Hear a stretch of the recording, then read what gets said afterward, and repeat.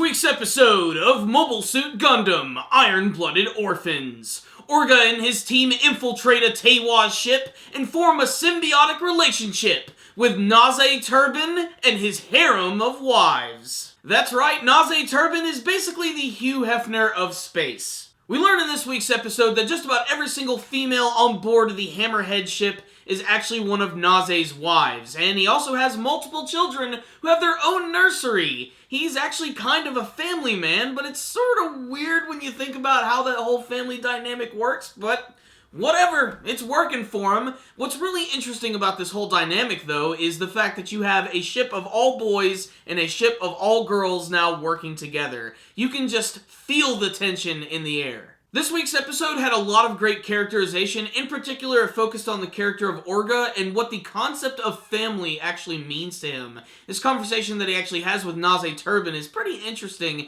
and you actually end up believing him because despite the fact that he does have multiple wives, he does seem to genuinely care about all of them as well as his children. The rest of the episode, we get to spend some time with some of the other members of the crew as they make their way to meet the Teiwaz leader, McMurdo Baristan, who seems like he appears at the very end of this week's episode.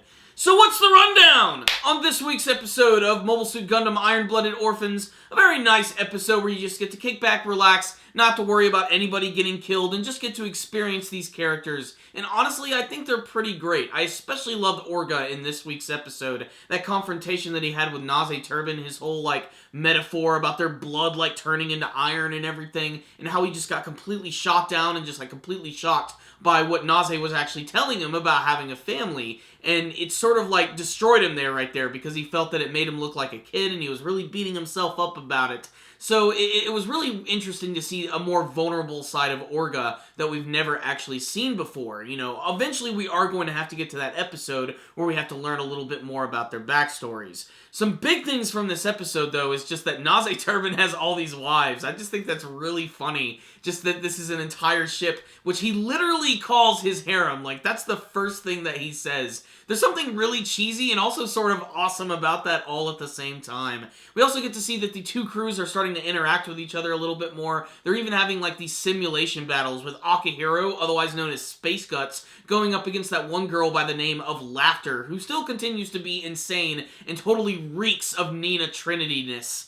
Otherwise, this was still a pretty fantastic episode right here, focusing on the characters, which are honestly just as interesting as the mobile suit battles in the series, and that's a pretty big accomplishment. A lot of times we all just show up for the cool mecha battles, but this series has a really good story to sort of back everything up. As well as the technical side of things, everything looked pretty good. All of the characters have very distinct designs, which is really great, so nobody looks exactly the same, and everybody has their own personalities, so there's a lot of characters that everyone can get attached to. So, good episode right here, sort of a nice slow burn before we get to the next part of the story, but I thought it was really good. So I'm going to give this week's episode a 4 out of 5. Check it out, Gundam fans! You'll definitely like this episode.